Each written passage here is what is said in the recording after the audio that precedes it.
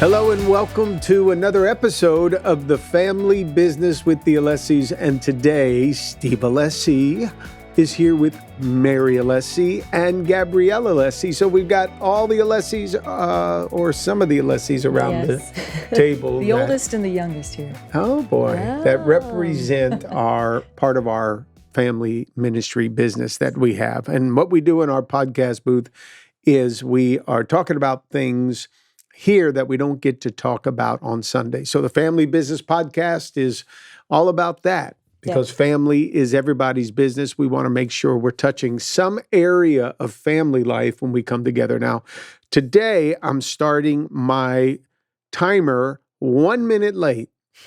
So I'm hoping to go 30 minutes. But here we are, and we're going to be looking at a subject matter that came up with Gaby on the porch the other day, because a lot of our conversations that we have in the podcast booth with our audience are things that we discuss as a family. So you are responsible for our youth ministry here at the church, and you head up a Monday night and a Wednesday night, 2 different locations. And you wanted to talk about the whole gender issues. Yeah. So let's put a title on this today, and we're going to call it Genes and Genes. Yes. All right. Jeans and Genes. Mm-hmm. Mm-hmm. And we're going to go ahead and deal with the gender issues that our youth and parents are dealing with today. So to get going, you want to say anything to kick this off, Mary? I just want to notice what you're wearing. Yes, we need to say something. She did. Why didn't I say something? I just did. Welcome to my world, people. So we have Gianna's papa. Which is a granddaughter. Yes, our granddaughter. That by the time this is aired, she will be here. She'll be here. Right. So we're representing. And what are you wearing, Mary? I have Gianna's Mia, because I'm going to be called Mia. Well, that's my goal. We'll see what she wants to call me. Yep. Hopefully it's somewhere close in that, but we'll see. Yeah. So we, some great friends of ours had these shirts made for us, which is so sweet. Very sweet. And so actually I think we're wearing them in hopes that it will induce labor of some Thanks, sort. Donnie. I like mine. Thanks, Denise. I love mine. Mm-hmm. And somebody did these for us. Who? Yes, Adriana Roman made them. Is that Jonathan's daughter? That is Jonathan and Jackie Roman's daughter. She's very talented. She's so very talented. Cool. Well, thank you for recognizing these and your comments to everybody as we get into these very deep issue, Mary. Wow, I have to be honest with you. I'm kind of shell-shocked that we're even having to have this conversation. Because, how did we get here so fast and furiously that this is the turmoil our kids are in? This is the fight of their generation, who they are as boys or girls. We struggled with who we are as people, and they're actually struggling with who they are as gender. And that is just beyond me. And I had said to our kids years ago, we've talked to them about being in the family business with us, that there would come a day when we knew they were born for such a time to speak to their generation's issues and situations and have answers. I can honestly say I never projected that this would be the subject at hand, that it would be so prevalent, even among kids whose parents really are involved, that this is something that they're fighting on the front lines of their kids' everyday existence. So it's imperative that we get in this podcast booth and have this conversation, because there is resources for parents. Yeah. And that's what we're trying to do with our family business and this podcast, is to give them resources to know how to take it back and fight for their kids. But again, it's just surreal that this is even a thing. Well, I'll tell you this. It's not that we're going to be combative here today. No. And we don't hate anybody. We don't have a problem. What we want to try to do is help the parents who are having problems with this in their homes. Yeah. And even some of the younger listeners. Now, we are in ministry. We are pastors. Everything we do has a foundational Bible truth. Everything we build is on Bible truths from the Word of God, our Bibles. So if a listener is not accustomed to that, then, just kind of hold truth to some of these things we're sharing, because maybe having the truth of the Bible will bring more stability to your life. If you're not a churchgoer, you're not in that, you don't call yourself a Christian, or you're not religious, spiritual. just give us some room throughout this Yeah. podcast to use biblical scriptures, because that's what we found or build our life upon. It's definitely who we build, or what we build our church upon. So that being said, Gabs, let's get into how this came about. Yeah. And some of the things that you were led to share just a week ago. Yeah. So when I spoke last Wednesday or a couple weeks ago, I shared with all of the students how I truly believe to this day, the hardest things to fit into are jeans. And not the jeans of your blood, the jeans that you wear. Jeans. Jeans. Levi's. I think the hardest things truly to fit into are jeans, because you can never have the right size. They either fit around your waist, but they don't fit around your legs. When I was younger, that was the hardest thing for me, because I was much more chunkier and round. So finding the right pair of jeans that fit me was so difficult. And kids have the same way, and the same struggle that you have trying to fit into jeans is the same struggle that kids are going through right now fitting into the world. That's good. Fitting into their schools, fitting into the culture, fitting into social media, because now that's become a platform or a community to fit into. So kids are having this struggle where I even told them sometimes we'll wear a pair of jeans that are too tight, but they look good on us. And so in the morning, you feel good because you haven't eaten anything. Yeah. But you'll go all day and you're thinking, I look good. These are my jeans. Yeah, these fit me. And then by the end of the day, you're like, oh my gosh, I need to take off these pants. So at dinner, you just open the top button, you put your shirt over it, because you are trying to fit a mold and an image that isn't you. Mm-hmm. And so just like we do that with jeans, we do that with different personalities. We do that with different identities, different traits, different parts of our character that we actually try to fit into an idea and a society that we know is not us. Right. And part of that is because we are in this world, but we're not of this world. Kids need to know that they were made by God, they were set apart by God. So they're never going to fully fit in to this world. But the biggest thing here, and what you said earlier, Mom, that you can't believe we're talking about gender. At the root of it, we're talking about confusion. Yeah. And every teenager from right now to the beginning of time dealt with confusion. Absolutely. In one way or the other. In one way or another. Yes. It's the same tactics. It's the same old game that the devil's playing. But what he's doing is he's covering up to make parents afraid, or to make siblings afraid, to make people fearful of what's going to happen when they're with their child. When at the root of it, they are confused. They're confused. And they need help. And what do you do as a parent? You help bring clarity. You help bring affirmation to the situation. You help bring confidence to your child. We know the enemy is the father of lies. Yeah. So he's going to confuse your child. He's going to get in there. And now he's using confusion about their gender, about their personality, about their beliefs. It's kids are stepping into adult decisions way before they're even able to vote nowadays. They're being told, make an opinion and have your opinion on all of these issues according to gender.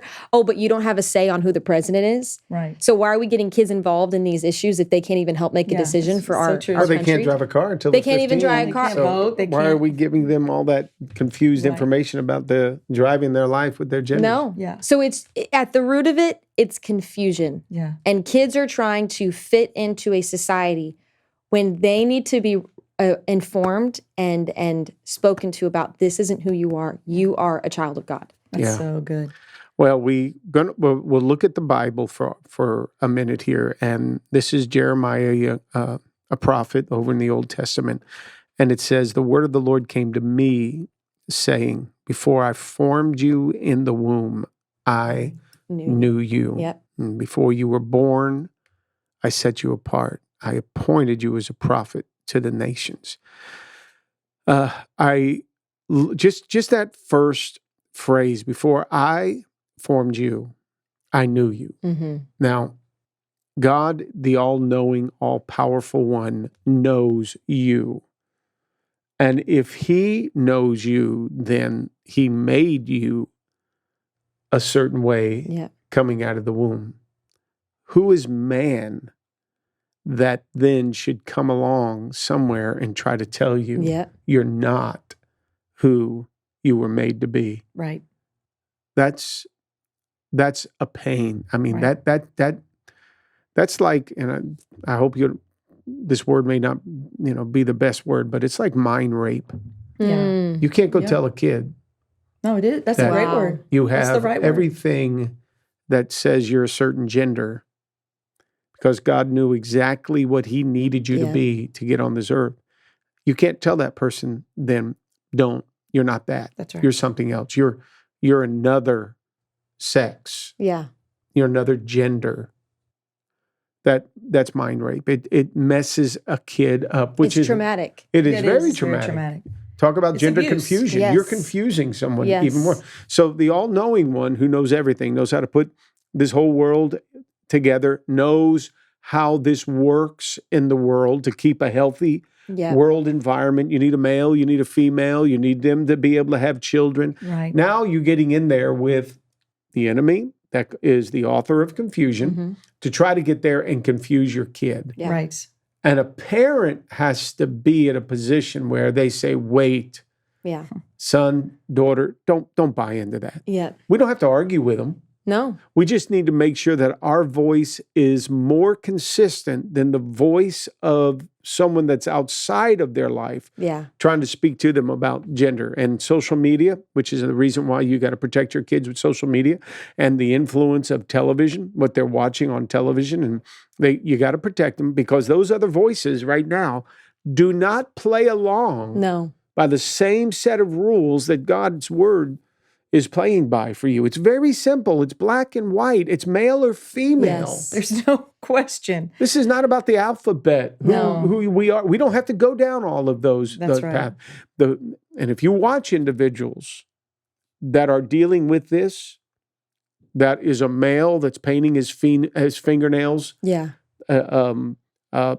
putting makeup on, you see a very confused and hear a very confused and hurt person. And that's why where we get into this, it's so confusing, because we don't want to hurt anybody. But if we let them stay in that deception, they'll be hurt even more down the road. I have to say this because I think it's a great analogy. I know for me, when I'm struggling with something, when I see a picture of the end result, it helps me. But I was listening to a video of a pilot in Canada, and he was telling the story of years ago. It was one of the worst aviation accidents of all time. And it was two huge airliners that were on a jetway. You can look it up and read it and hear the story. In total, there was over 500 people on these planes. And because it was a very dense day, the two pilots just trusted what was in their ears. And instead of asking the normal question, it's so foggy, should we not take off? This is potentially dangerous to take off in this fog. They're both on the ground. They don't ask the questions because they just trust the other people around them that they would never do damage or harm. They didn't take that sense of urgency in their own hands. Meanwhile, they were having these thoughts like, this is so foggy, this is so dense. I know once we get above it, we'll be okay, but should I ask? No. And they just didn't. Neither one of them did. Well, when they took off, they collided. And almost 600,000 people, 600 people were killed that day. And it is considered the worst tragic aviation in history. And you can look it up. But he made this statement. He said, the problem that we have with a world that keeps burning and getting on fire is that there's two phrases we don't say. He said, the first one is, this is stupid. And the second one is, this is dangerous. Wow. And because it's stupid, it's dangerous.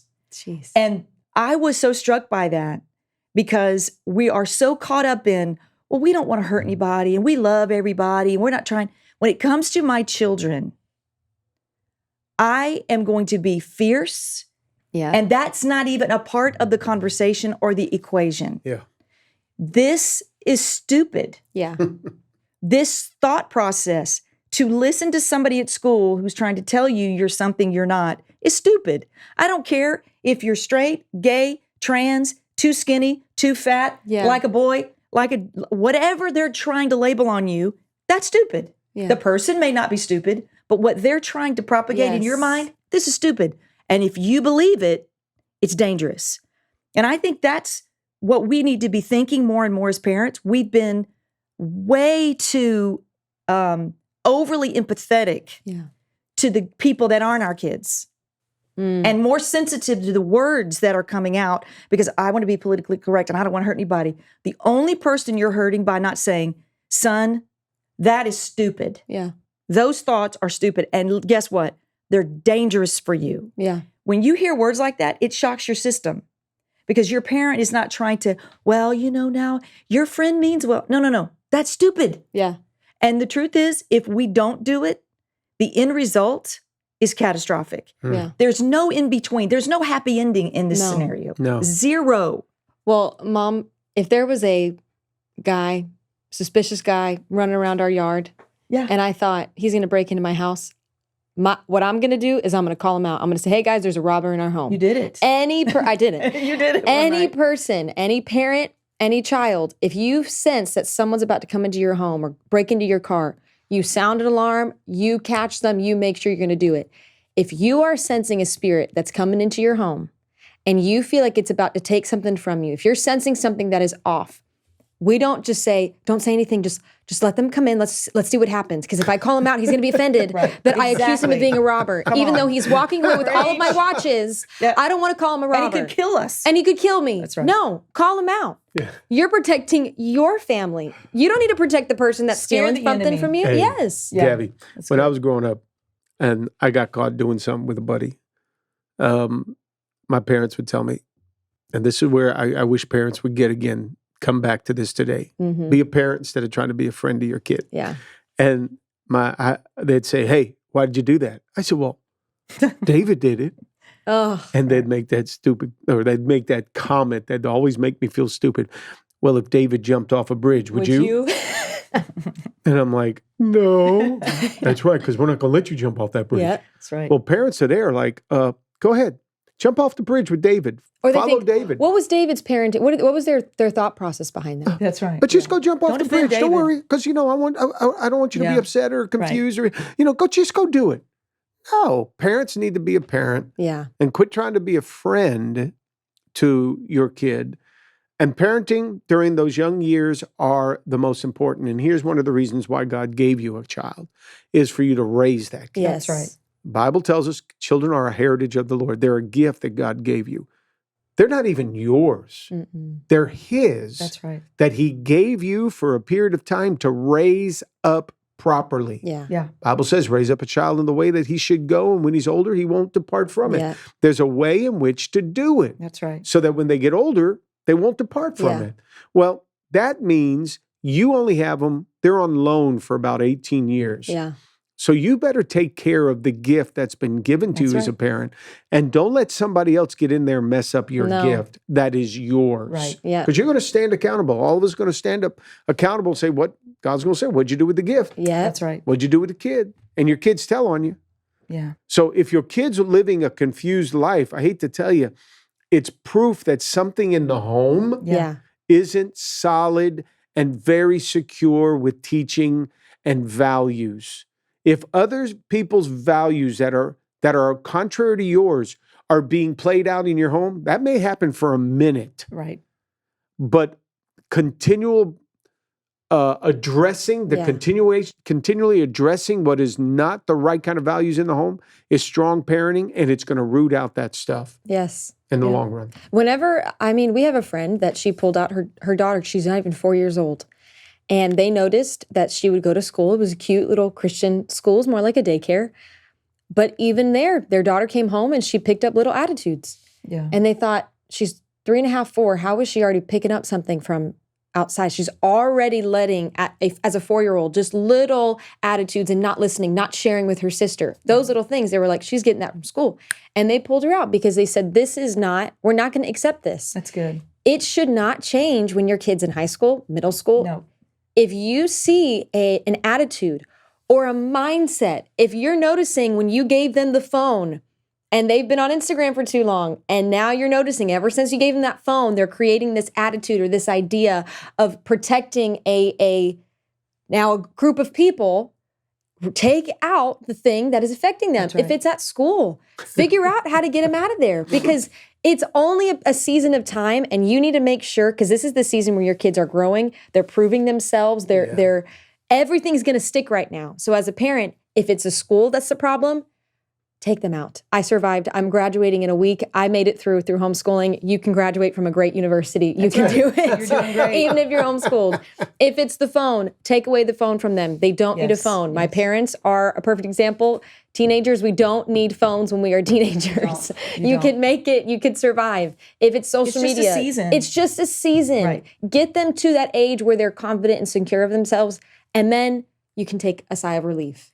And that is so good, because I think what happens with parents, especially nowadays, is the false teachers, as I like to call them, because that's what the word calls them, that have made parents believe that they have to submit to a process and a system, or somehow their kid fails. So if that's the system, and I don't allow my kid to live up to that system and participate in that system and get an A within that system, then I'm failing as a parent. Meanwhile, you go sit. I really challenge every parent, mom or dad, go sit one day in your student's classroom. Just spend all day, take a day off, and just go sit and walk with them through the halls, sit with them at lunch in the lunchroom, and just see what they experience and the spirit that's there. And is that really the environment you want your kids in? Because it's a short window. So when you're really aware.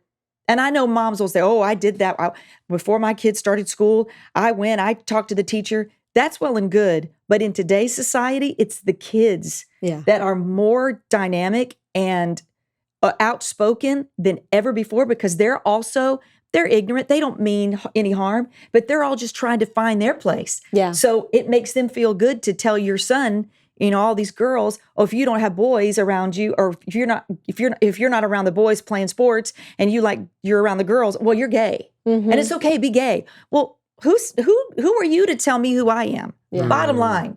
Or, you would make a pretty girl.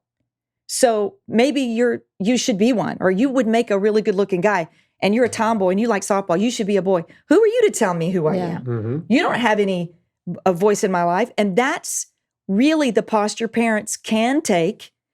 Don't let anybody tell you who you are. And you know what? That's never changed. Mm-mm. No matter exactly what the fruit is. I remember my mother telling me that, your mother telling you that, we told you that. Nobody gets to define you and tell you who you are. We do at home. Yeah. We're the ones who say who you are, who God's made you to be, and what your potential is. So don't leave it up to the circle of friends. And one last thing is, catch it in seed form. If the seed you were talking about, attitude, it's just started, jump on it right away. Yeah. Do not wait for it to bear greater fruit in their lives. Especially if you have a kid that's a little rebellious early on, and you can see that. Start dealing with it young. Yeah. Immediately. I'm going to make an announcement here that the church family doesn't even know about yet, but they'll get it. We have officially launched Somerset Metro Academy. Woo! Audience clap. Audience clap. Audience clap. And it'll be starting in August of this year. And it's going to be with kindergartners and first graders for the first couple of years as we go forward here. Small in number for right now, limited, but we have partnered strategically with a great organization of charter schools. And at our Dadeland campus. The reason we're doing it is, quite frankly, I'm done arguing about this, and that we got to do something rather than just say something. And with parents, I hope they see the same thing here. Absolutely. That I'm not going to just get up on some stage and talk against something. I'm going to get involved and do something about it. And so we're going to make it at the earliest age possible. Yeah. We're going to help these kids and eventually be at a place where for the first 9 school years of their lives, we are there with good principles, healthy teachers and environment, professional environment, clean environment, healthy, good educators. We're doing all of that because we're just not going to argue anymore. No. We're going to do something for our small part of the world and help people that want to come alongside of us and do it the way that is right. And if we can do that, by the time that child does graduate from their 8th grade experience and moves into a middle school, they'll be so solidly grounded in the right kind of principles. That's our goal anyway. Then they'll be able to face the challenges that are beyond that, middle school and in high school, or high school in itself and college. So that's where we're going to be taking the fight, is to the young minds at the youngest educational level, so that parents who do have to go out and fight the real battles of life with their career, they can find a good place of education that will align itself with the same kind of godly principles and values that we hold on to. So that should be something that we'll be hearing more about going forward. But help me do this, Gabs, because parents feel like their hands are tied. Yeah. And what are you trying to encourage parents to do to help their kids see the right of this? Yeah. Well, number one, do not be afraid of it. I think that's the biggest thing. Don't fear an idea or an attitude that's coming out in your kid. Don't fear your kid. Don't be afraid that you don't know what to do in this situation. Yes, the struggles are different nowadays, but like we said, the root is the same. It is. That's right. All it is an identity issue. Yeah. And every teenager goes through the same thing of an identity crisis. It's going to happen. It needs to happen to strengthen them so that when they're older, they're more confident in themselves. So they need to have this time.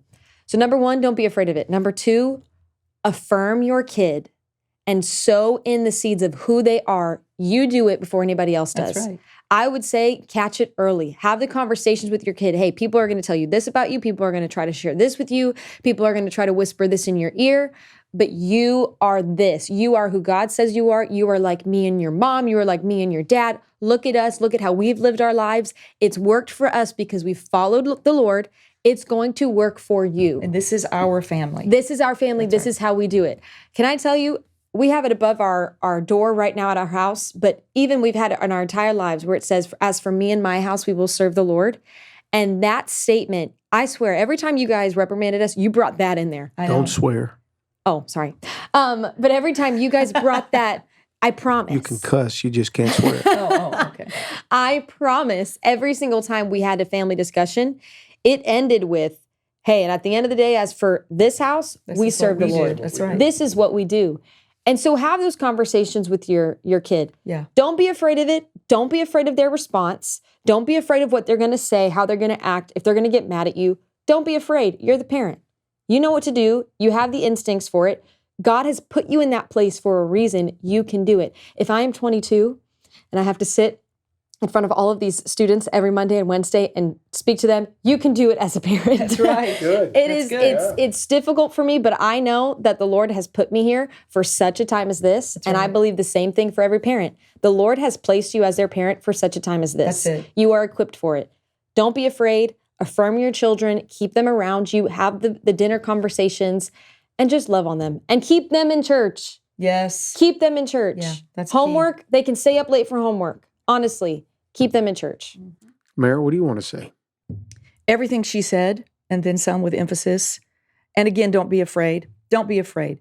Don't be a scared parent, no matter what the scenario is. Take charge of your home, lovingly, kindly, but strategically and with confidence, because it is so easy. We get in the comparison trap. Get out of that trap. Yeah. There's a season in your life when your kids are in that incubation stage. They really, truly are. And obviously those age brackets have kind of moved around a little bit as the culture's gotten crazy. But take confidence in who you are as a parent. They don't have another mom or another dad. You are it. So be strong, be courageous. Don't be afraid of the scenarios that are out there. There's a lot of trouble that's lurking, but don't be afraid of it and take charge. Do this before we close this out. I want you to take a minute and hit the whole thing of the parent who says, I don't want to force something on my kid.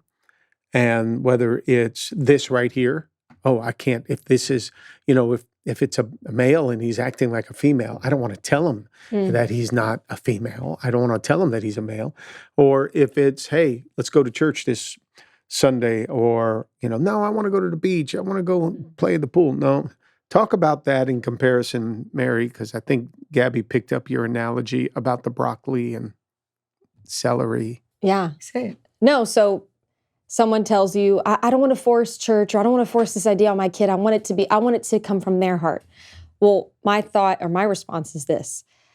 If you want your kid to live a healthy life and to live long and to be energized, you're going to force broccoli, you're going to force celery, you're going to force healthy food on your child. You're not going to give them McDonald's every single day.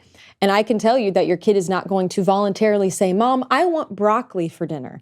That's not just going to happen. Their palate has to be trained. And so the same goes for church. You know what's good for them. You know what's going to help them live a long, successful, blessed life. It's going to help them. It's going to help train them. So just like you force broccoli and you tell them you're not leaving this table until you eat the broccoli. And math and science. And English. science, yes. The same thing goes for church. The same thing goes for teaching them these ideas. Don't let them get up from the table unless they have attended church, unless they have understood what you're saying. And I'll just paint this quick picture. Doing that, if you don't reinforce that, it's like telling your kids, let's just send you out to the world without a map. You're just allowing them to stay in a season of being lost. Yeah. And you cannot do that. You have to be the compass. You are the guide. Yeah. Nobody else is, not the teacher, not the principal, not the best friend. Nobody but you. You are the guide and the compass of their life.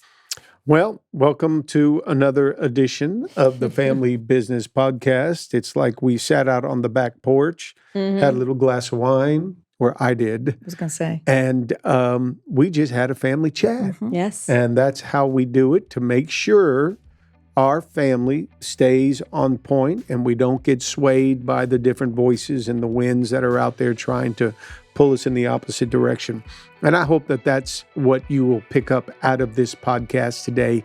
Be a strong parent. Yeah. Be a parent that knows what's right and wrong, and then teach it to your kids, and don't have to depend on somebody else doing it for you, like a teacher that doesn't have that investment in your kid's life. All right, we said it, can't talk about it on Sunday, but we did today in the podcast booth. And thanks again for joining the Alessi Family Business Podcast with the Alessis. Why?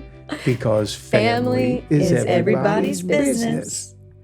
Hey there, if you enjoyed this episode of the Family Business Podcast with the Alessis, then you'll want to know we've got more insight, more encouragement, more great conversations that we can have on Sundays, and even some surprises coming your way. So you want to make sure you subscribe to our channel and watch one of these next videos here next, because remember, family is everybody's business.